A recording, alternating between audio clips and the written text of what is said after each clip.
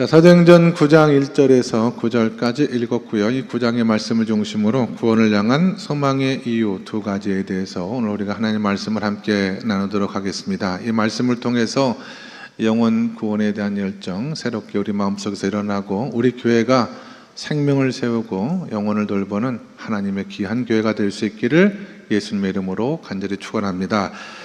여러분, 우리가 예수를 믿고 구원받은 하나님의 자녀가 되면, 은혜 안에 거하면 자연스럽게 우리 마음 가운데 생기는 한 가지 소원이 있어요. 욕구가 있습니다. 그것은 아직 예수님을 모르는 사람에게 이 예수님을 전하고 싶은 그런 마음이라고 할 수가 있습니다.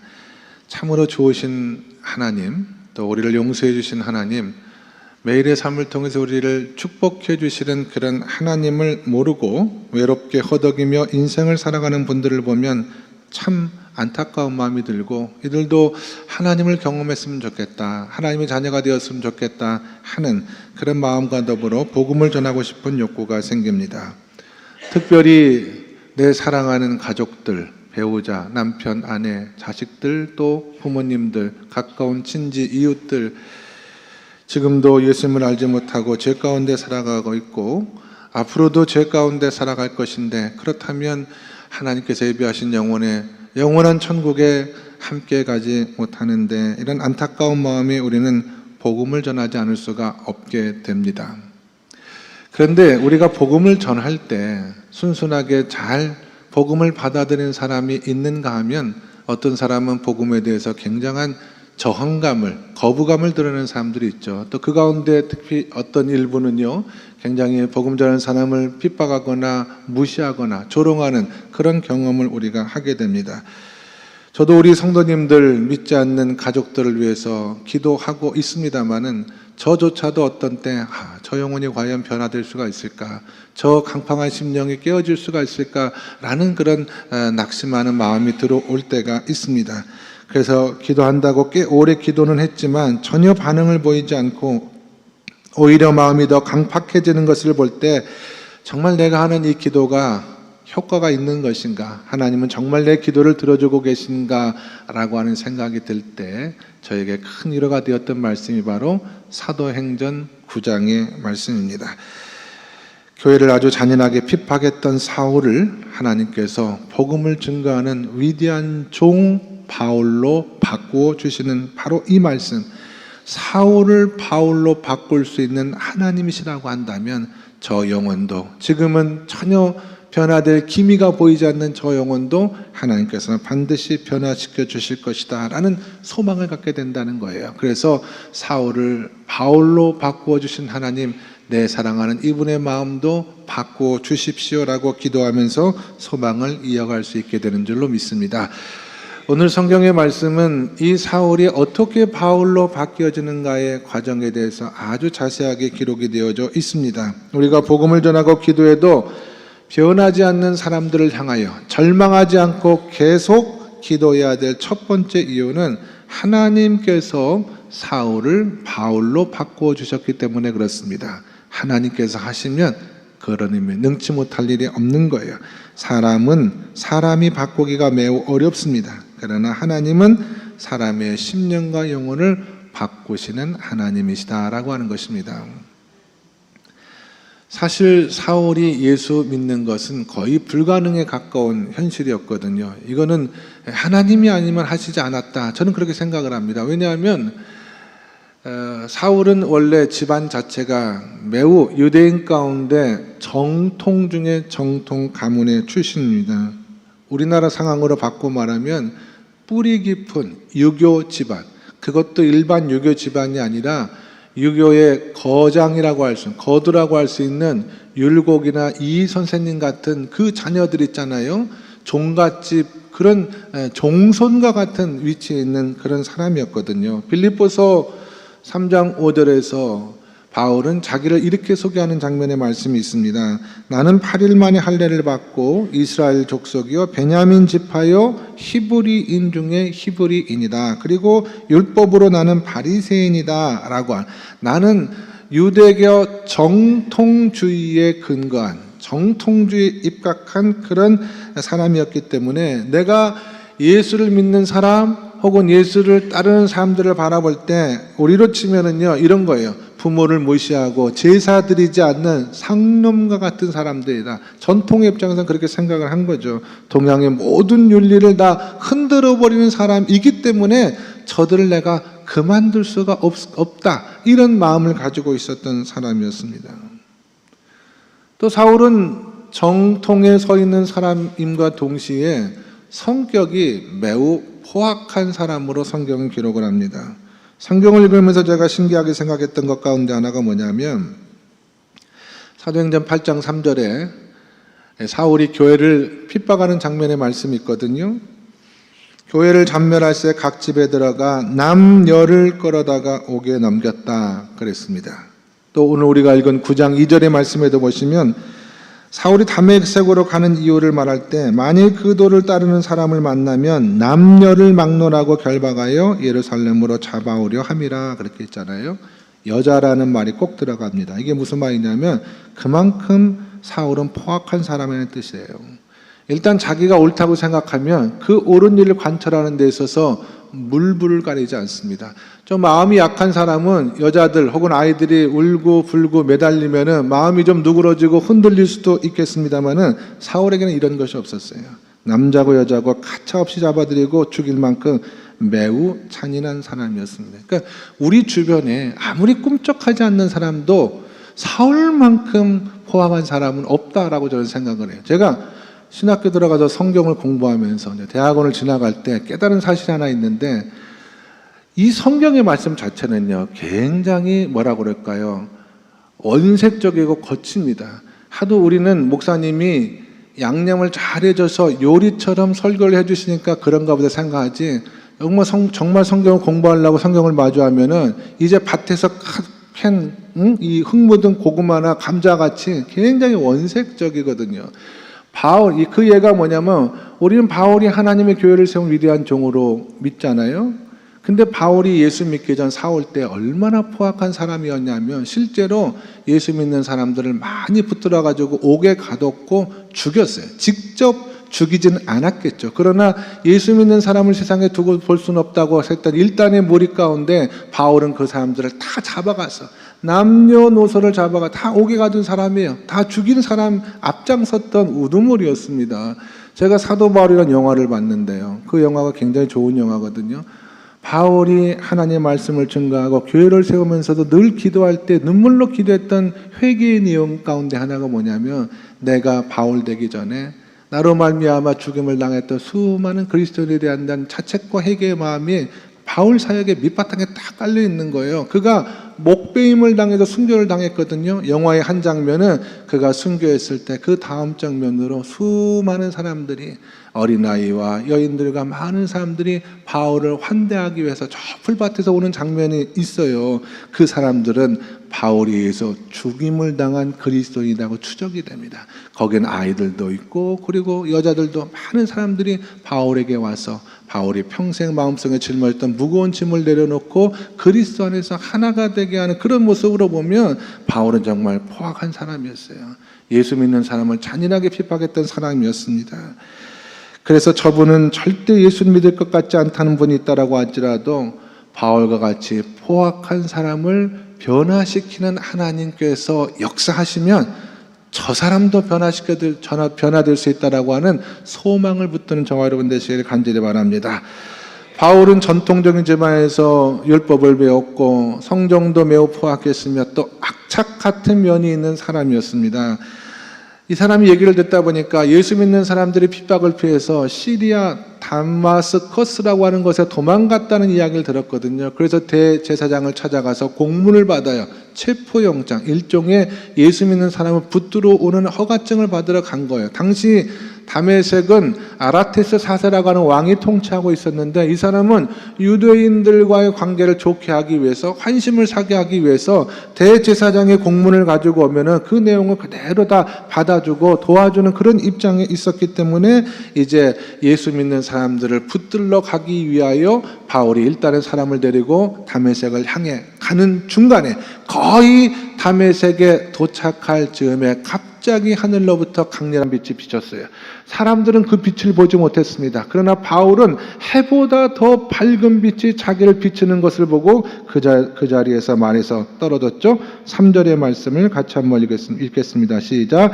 사울이 길을 가다가 다메섹에 가까이 이르더니 후련히 하늘로부터 빛이 그를 들러 비추는지라. 아멘. 사람들은 이 빛을 보지 못했는데 그때 음성이 들려옵니다. 그 음성은 사람들도 들었어요. 사울아, 사울아, 왜 내가 나를 박해하느냐? 사울은 그 음성의 주인공이 누구인지 몰라서 주여, 누구시니까? 라고 물었더니 빛 가운데 나타나신 예수님께서 말씀하시기를 나는 내가 박해하는 예수라 그랬습니다. 사실 사울은 예수님을 만나본 적도 없어요. 그리고 예수님을 박해한 적이 한 번도 없었습니다. 그런데 예수님께서 나타나셔서 나는 내가 박해하는 예수다라고 말씀하시는 이 음성을 듣는 순간 바울이 거기서 거꾸로 졌습니다. 그것을 계기로, 이 사건을 계기로 해서 사울은 죽고 위대한 하나님의 종 바울로 변화가 된 거예요. 나중에 바울이 성경의 말씀에 기록하기를 교회를 일컬어 교회는 그리스도의 몸이다라고 기록했던 그 이유가 바로 이 음성을 듣고 바울이 깨달았던 부분이 있었기 때문에 그렇습니다. 도저히 예수 믿는 사람이 될 수 없었던 이 강팍하고 완악했던 바울을 변화시키신 하나님, 우리가 기도하는 그 사람, 지금은 아무런 변화의 조짐이 없고 지금은 전혀 변화될 것 같지 않은 그 영혼을 변화시키는 하나님이신 줄로 믿으시면 아멘 하시기 바랍니다. 하나님의 능력은 그때만 역사하는 것이 아니잖아요. 지금도 하나님의 능력은 역사합니다. 그렇기 때문에 어떤 사람에게 얼른 변화가 보이지 않고 기도해도 전혀 믿을 것 같은 기색이 보이지 않다라고 하더라도 우리는 계속해서 기도해야 돼요. 왜냐하면 어느 날 하나님께서 사울을 바울로 바꿔주신 것처럼 우리가 기도하는 그분들을 하나님께서 구원해 주시기 때문에 그렇습니다. 제가 목사가 돼서 목회를 하면서 경험하는 가장 큰 보람 가운데 하나가 있다면 바로 이것입니다. 영원히 하나님 앞에 돌아와서 구원을 받는 사건들이 있지 않습니까? 말씀을 준비할 때도 제 머릿속에 많은 분들이 떠올랐어요. 어떤 분은요, 병원에 입원해서 제가 신방을 갔는데 우리 교인의 남편인데 인상은 딱딱하고 웬만한 분은 목사님이 가가지고 기도한다고 하면 기도를 받거든요. 근데 이분은 끝까지 인상을 쓰고 기도를 거절해요.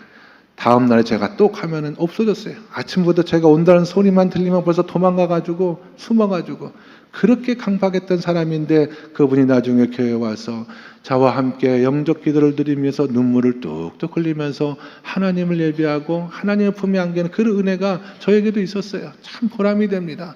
어떤 분은요, 제가 우리 성도님 가정에 교인들과 같이 신방을 갔거든요. 그런데 이 남편분이 약속도 없는데 돌아오면 안 되는데 갑자기 예배드리고 있는데 느닷없이 집으로 오신 거예요. 그러니까 아내분이 깜짝 놀라가지고 벌벌 떠는데 이분이 저 얼굴을 보자마자 대뜸 하시는 말씀이 당신 뭐요? 이러는 거예요, 저한테. 그래서 제가 여기서 밀리면 안 되겠다 싶어가지고 뭐긴 뭐요? 이렇게 속으로 겉으로는 할 수 없으니까 속으로. 그랬던 분이 예수를 믿고 구원을 받아서 날마다 정말 어린 양, 순한 양처럼 이 자리 앞에 나와서 하나님 앞에 예배를 드릴 때마다 얼마나 감사하고 감사했는지 모릅니다. 그래서 우리 성도님들이 구원을 위해서 기도할 때 믿을 기미가 보이지 아니하고 오래 기도했음에도 불구하고 변화의 기미가 보이지 꿈쩍도 않은 영혼일지라도 포기하지 마시고 사울을 바꾸신 하나님께서 내가 기도하는 이분도 바꾸실 거라는 소망을 가지고 끝까지 기도할 수 있는 우리 성도님 되시기를 예수님의 이름으로 간절히 축원합니다. 목자들도 포기하지 마시고 우리 목장 식구들도 언젠가는 하나님께서 사울을 바울로 바꿔주시는 것처럼 바꿔주실 것이라는 믿음을 가지고 끝까지 포기하지 말고 하나님의 귀한 사역을 믿음으로 감당하시기를 간절히 축원합니다. 자, 우리가 얼른 결과가 없을지라도 낙심하지 말고 소망을 갖고 계속 복음을 전해야 될 두 번째 이유는 하나님께서 필요한 사람을 보내주시기 때문에 그래요. 하나님께서 필요한 사람을 보내주십니다. 특별히 광주에 사시면서 대도시에 나가 있는 자식들을 위해서 기도하시는 분들, 또 시골에 계신 부모님들이나 가족을 위해서 기도하시는 분들, 기도하다가 그런 절망감이 드실지 모르겠습니다. 목사님, 우리 집안은 다 불교 집안인데 주변에서 예수 믿으라고 전해줄 사람이 하나도 없는데 어떻게 구원을 받을 수 있겠습니까? 그렇게 내가 기도하는 것이 무슨 소용이 있겠습니까? 낙심하기도 절망하기도 합니다마는 절대 그러지 마시고 소망의 기도를 계속해서 이어갈 수 있기를 간절히 바랍니다. 제가 아는 어떤 권사님이요, 저에게 와서 어느 날 목사님 하고 너무나 기쁜 소식을 전해주는 거예요.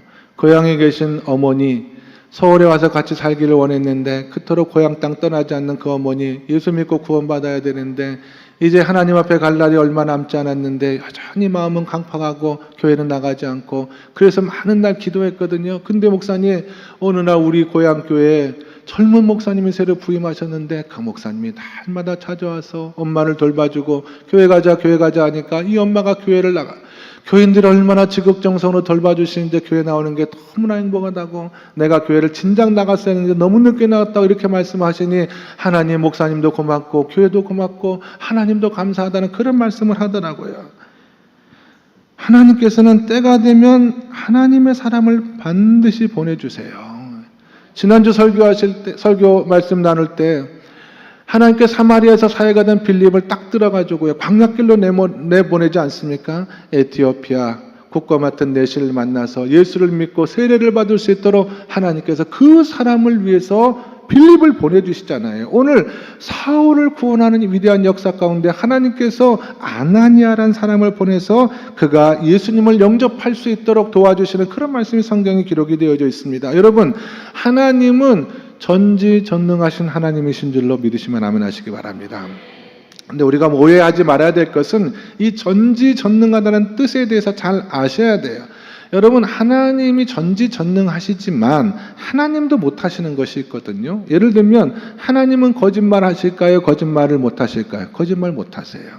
하나님은 인간을 구원하실 때 하나님이 다 하시면 하실 수 있죠. 그러나 하나님이 하지 않는 한 가지가 있어요. 인간을 구원할 때 하나님은 하나님이 하지 아니하시고 천사도 보내지 아니하시고 꼭 하나님의 사람을 통해서 영혼을 구원하시는 하나님이신 줄을 믿으시는 여러분 되시길 간절히 바랍니다. 이걸 아셔야 돼요.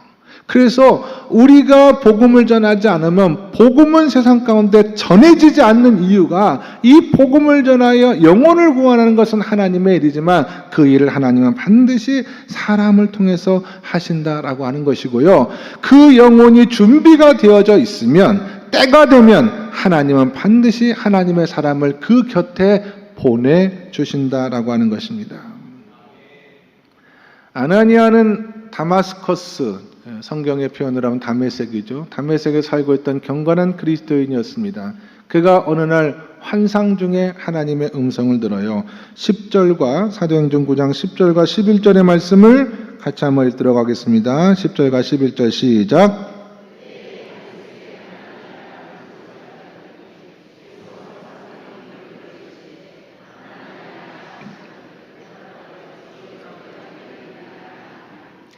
주께서 이르시되 일어나 직가라 하는 거리로 가서 유다의 집에서 5사람 사울이라는 사람을 찾으라. 그가 기도하는 중이니라. 아멘.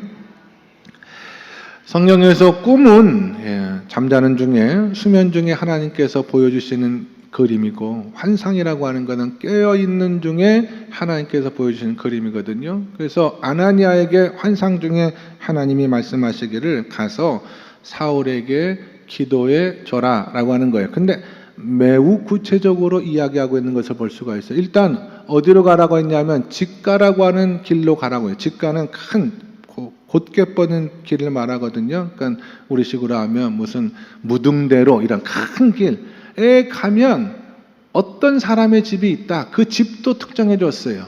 유다라고 하는 사람의 집에 들어가라. 직가에 유다라는 사람의 집에 들어가고, 거기 가면 또 사울이라는 이름이 워낙 흔한 이름이기 때문에 다른 사람, 엉뚱한 사람에게 기도해 줄지 모르니까 정확하게 다소 출신 사울에게 가서 기도해 줘라, 그렇게 이야기를 했습니다. 근데 아나니아가 선뜻 가질 않았어요. 왜냐하면 사울은 너무나 교회를 비박한 사람이에요. 사울의 손에 너무나 많은 교인들이 희생을 당했거든요. 그래서 하나니아가 겁이 나서 못 가겠다고 사울이 예수 믿는 사람, 박해하는 사람, 다메섹에 온 이유도 예수 믿는 사람을 박해하려고 왔다라고 했더니 하나님께서 15절에서 말씀하시기를 주께서 이르시되 가라. 이 사람은 내 이름을 이방인과 임금들과 이스라엘 자손들에게 전하기 위하여 택한 나의 그릇이라. 그가 내 이름을 위하여 얼마나 고난을 받아야 할 것을 내가 그에게 보이리라 하셨습니다.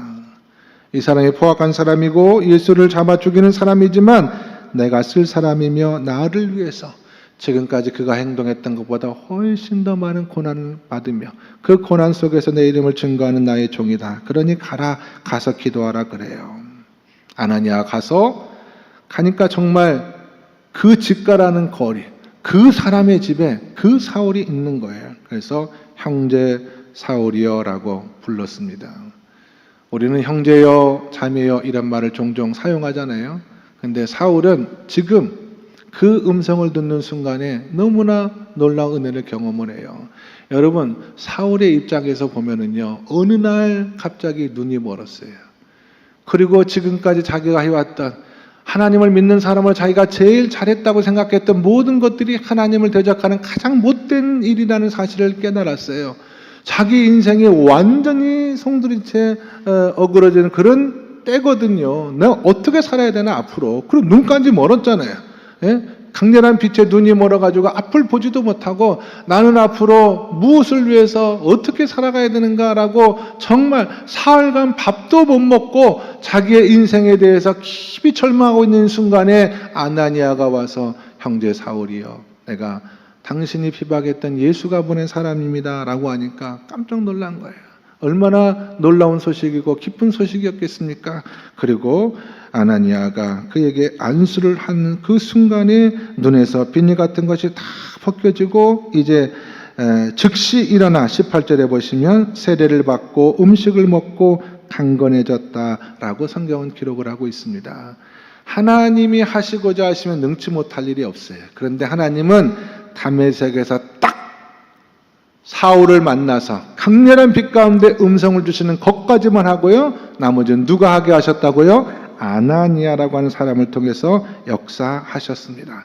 에티오피아 내시에게는 빌립을 통해서 역사하게 하시고 사울에게는 아나니아라는 사람을 통해서 구원해 주셨기 때문에, 그래서 우리가 기도하는 어떤 분이 예수 믿을 가망성이 전혀 없는 것 가운데 있다라고 할지라도 때가 되고 이분의 마음이 준비가 되어져 있으면 하나님은 반드시 누구를 보내주신다? 아나니아를 보내주신다. 그때 이 사람이 예수를 믿고 변화될 수 있다라고 하는 소망을 붙드시는 저와 여러분 되시기를 간절히 축원합니다. 그래서 기도할 때는 구체적으로 기도해 주셔야 돼요. 구체적으로. 하나님, 우리 아들 아므아메그가 예수를 믿게 해주세요. 이 기도도 귀한 기도죠. 이 기도조차 안 하는 부모님도 많이 계십니다만 그렇게 기도할 것이 아니라, 하나님,